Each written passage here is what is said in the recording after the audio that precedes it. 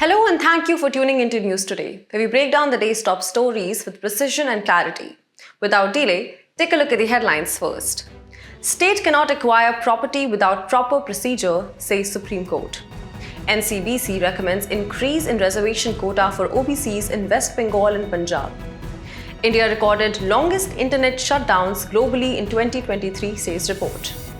Second India-US Strategic Dialogue on Africa held in Washington, D.C. Secretary General of SAARC paid an official visit to India. India celebrates its telecom diplomacy on World Telecommunication and Information Society Day.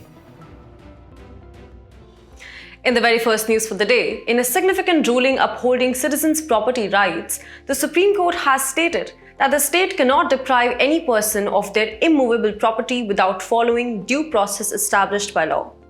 The Apex Court's judgment in the case of Kolkata Municipal Corporation versus Vimal Kumar Shah and others underlined that Article 300A of the Constitution has been characterized as both a constitutional as well as a human right. Article 300A mandates that no person shall be deprived of his property save by authority of law. The court highlighted that deprivation of any person's immovable property must follow a fair procedure prescribed by law. Let's begin with discussing the key highlights of the judgment. It states that deprivation of any person's immovable property must follow a fair procedure of law. Also, minimum content of constitutional right to property comprises of 7 sub-rights or procedures which are non-exhaustive. These include right to notice, right to be heard, right to a reasoned decision, duty to acquire only for public purpose, right of restitution or fair compensation, right to an efficient and expeditious process, and lastly, right of conclusion. The judgment stated that any compulsory acquisition of property by the state will be rendered unconstitutional if the proper procedure is not established or adhered to before depriving a person of their right over the property. Wrapping up, take a closer look at the status of right to property in India. Right to property was explicitly held as a fundamental right under Articles 19 Clause 1 Subclause F and 31 at the inception of the Constitution in 1950. The first Constitutional Amendment 1951 added Article 31A to provide for acquisition of any state as against the provisions enshrined under Articles 14 and 19. However, 44th Constitutional Amendment 1978 removed right to property as a fundamental right by repealing Articles 19 Clause 1 Subclause F and Article 31 and made it a constitutional right under Article 300A.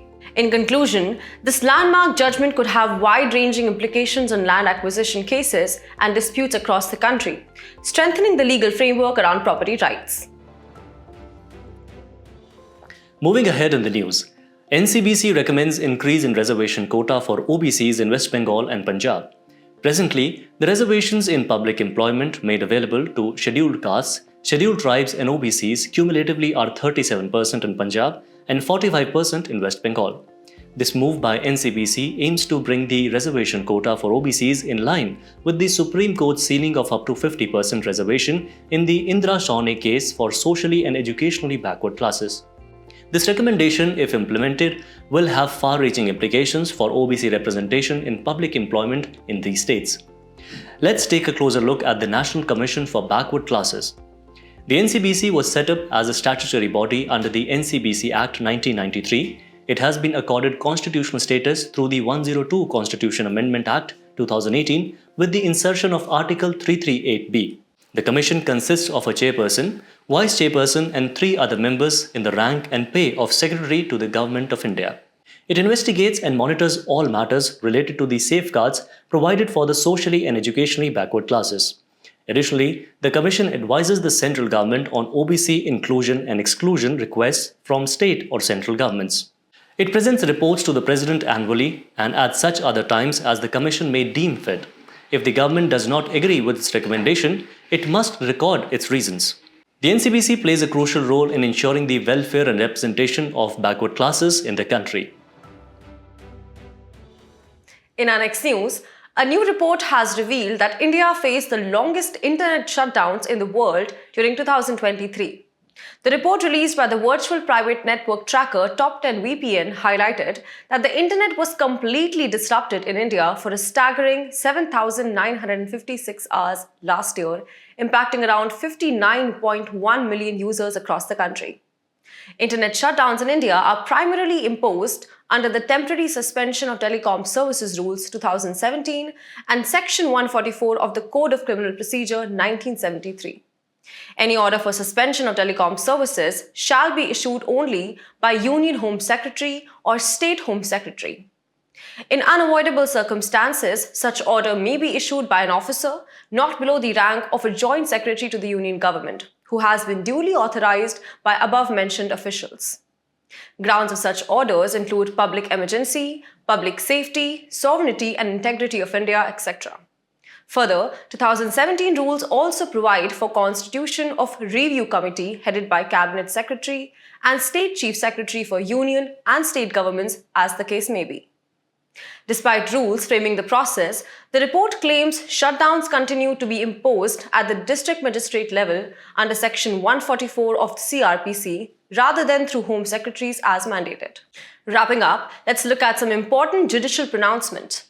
In Anuradha Bhasin vs. Union of India 2020 judgment, the Supreme Court ruled that freedom to access the internet is a constitutional right under Articles 19 Clause 1 Subclause A and 19 Clause 1 Subclause G related to free speech and trade occupation. A 2021 Parliamentary Standing Committee made key recommendations, including selectively restricting services instead of blanket bans and studying the actual impacts and effectiveness of internet shutdowns. With concerns over internet freedom and economic disruptions, all eyes are now on whether the government will review and reform the process for internet shutdowns in 2024. Moving on to the next news, in a significant development, India and the United States recently held their first dialogue focused specifically on the African continent. The talks came after the African Union was included as a permanent member of the G20 during India's presidency this year. The dialogue aimed to share ideas and explore ways to develop institutional, technical, and bilateral synergies for collaboration in Africa between the two countries. For India, the African region holds immense strategic and economic importance. It is vital for India's maritime security interest in the Indian Ocean region from piracy, etc. The continent's vast natural resources like oil, gas, and minerals provide supply-side opportunities, while its growing market offers demand-side prospects for Indian businesses. There is also scope for cooperation in areas like renewable energy under the International Solar Alliance, aligning with shared sustainable development goals. On the multilateral front, joint initiatives can bolster India's global stature and South-South cooperation prospects.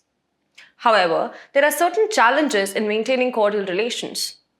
For example, China's expanding Belt and Road investments and persistent insecurity along with political instability in parts of Africa pose challenges to Indian investments, expertise, and development projects in the region. There are also concerns around racial discrimination faced by African students in India. To address these, India has launched focused initiatives to engage with Africa, like the Kampala Principles 2018, which lists 10 guiding principles outlined by Indian PM for India-Africa partnership, including developing together as equals, local partnerships, etc.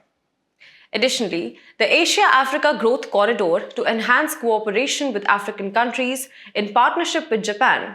Also, capacity-building programs like Indian Technical and Economic Cooperation, ITEC, for professionals and students from African countries. And lastly, humanitarian assistance missions like Operation Sahayata to assist cyclone-hit Mozambique in 2019 and Operation Vanilla to provide relief to flood victims in Madagascar in 2020. In conclusion, with the US being another major stakeholder in Africa, coordinated efforts between the two democracies could be game-changer in expanding their strategic footprint across the continent. Moving on to the next news, Secretary General of SAARC paid an official visit to India. The Secretary General of SAARC paid an official visit to India to discuss the status of regional cooperation in South Asia. This visit holds significant importance as SAARC has been largely dysfunctional since 2016. SAARC, which stands for the South Asian Association for Regional Cooperation, has faced significant challenges since the cancellation of the 19th summit in 2016, which was scheduled to be held in Pakistan. The cancellation was due to concerns about cross-border terrorism. Since then, India has focused on bolstering cooperation with countries in South Asia through other groupings such as Bay of Bengal Initiative for Multi-Sectoral Technical and Economic Cooperation and Bangladesh, Bhutan, India, Nepal. Established in 1985 through the SAARC Charter in Dhaka, SAARC consists of member states including India, Bangladesh, Afghanistan, Bhutan, Maldives, Nepal, Pakistan, and Sri Lanka. The Secretariat is located in Kathmandu, and decisions at all levels in SAARC are taken on basis of unanimity. It's important to note that bilateral and contentious issues are excluded from SAARC's deliberations. SAARC holds a central position in India's neighbourhood first policy and serves as a critical forum to address common issues in the region. It also plays a pivotal role in the economic integration of the South Asian region. The failure of SAARC can be attributed to asymmetry between India and other member countries, as well as the differences between India and Pakistan, which hamper effective functioning of the forum. Additionally, SAARC lacks any arrangement for resolving disputes or mediating conflicts. Despite its challenges, SAARC has achieved significant milestones, including the signing of South Asian Free Trade Agreement to reduce custom duties. Furthermore, it has established institutions like the South Asian University in New Delhi and the SAARC International College in Bangladesh, along with the establishment of the SAARC Development Fund for the welfare of member countries. In our next news, India celebrates its telecom diplomacy on World Telecommunication and Information Society Day. India's telecom diplomacy has not only attracted new business ventures and forged partnerships but has also demonstrated the nation's unwavering commitment to securing its leadership position in the global telecommunications landscape. Let's delve into the steps taken for this remarkable feat. India has strategically partnered with various countries and telecom chip companies, as evidenced by the US-India Open Radio Access Network Acceleration Roadmap. This initiative aims to bolster collaboration and innovation in the telecom sector. Furthermore, the exchange of best practices, particularly in collaboration with the USA, has facilitated dialogue on international best practices in spectrum allocation, quality of service assurance, and more. The Department of Telecommunications has also explored potential collaborations to elevate research and development, foster innovation, and fortify the startup ecosystem in quantum communications within India. Notably, significant efforts have been made to transform the India Mobile Congress into a global event akin to the Mobile World Congress by 2025. Now let's highlight some of the notable achievements of India's telecom diplomacy. Indian companies have exported telecom equipment and accessories worth a staggering Rs 25,200 crores last year, showcasing India's prowess in the global telecom market. Moreover, India's active participation at the World Radio Conference has resulted in safeguarding spectrum for Indian operations in airspace and sea, setting the stage for future 5G deployments.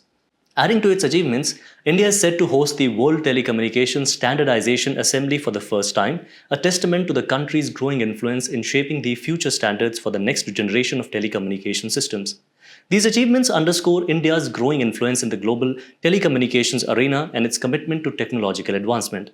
As we celebrate World Telecommunication and Information Society Day, we look forward to witnessing further advancements and innovations in India's telecom sector.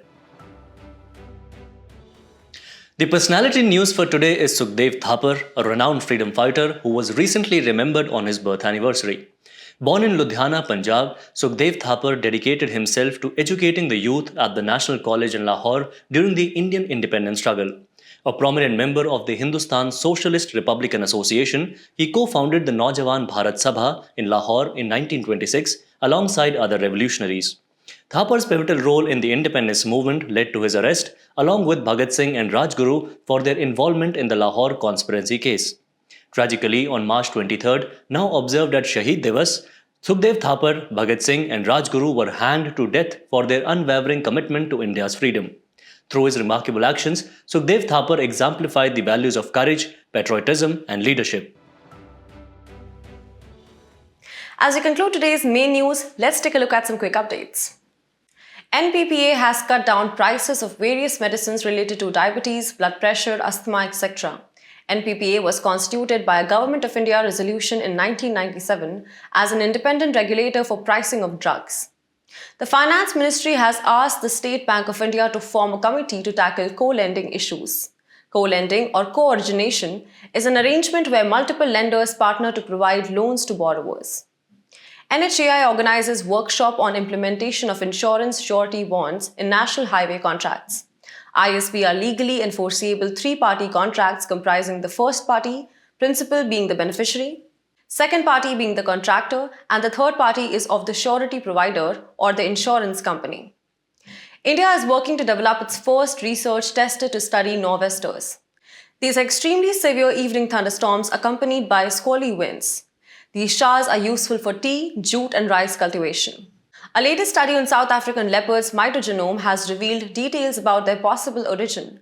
It is a small circular chromosome found inside the mitochondria. Mitochondria are considered as the powerhouse of the cell and generate the energy necessary to power cells. A study at Oxford University Physics provided the first observational proof of plunging regions as per Einstein's theory. Plunging region is an area around black hole where matter stops circling the black hole and instead falls straight in. It was predicted by Albert Einstein's theory of general relativity, which states that it is impossible for particles to safely follow circular orbits sufficiently close to a black hole. India-Japan Joint Moon Mission, Lunar Polar Exploration Mission (LUPEX), is likely to take flight in few years. It aims at exploring the moon for water and other resources and gaining expertise in exploring the surface of the moon. Rosetta Fold, an AI software prediction tool, has the potential to revolutionize target discovery and understand drug-target interaction better. Developed at the Institute for Protein Design at the University of Washington, it uses generative diffusion-based architectures to predict structural complexes.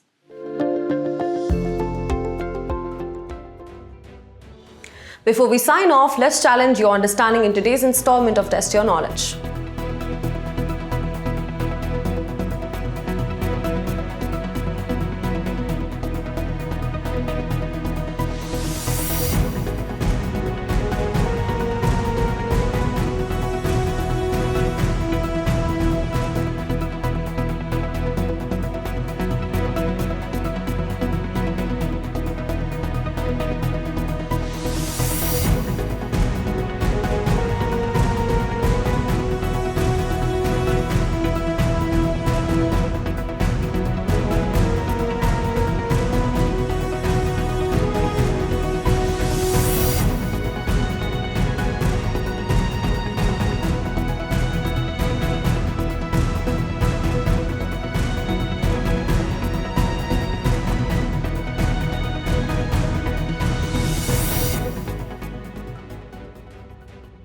We appreciate your company. We hope you found this episode of News Today engaging.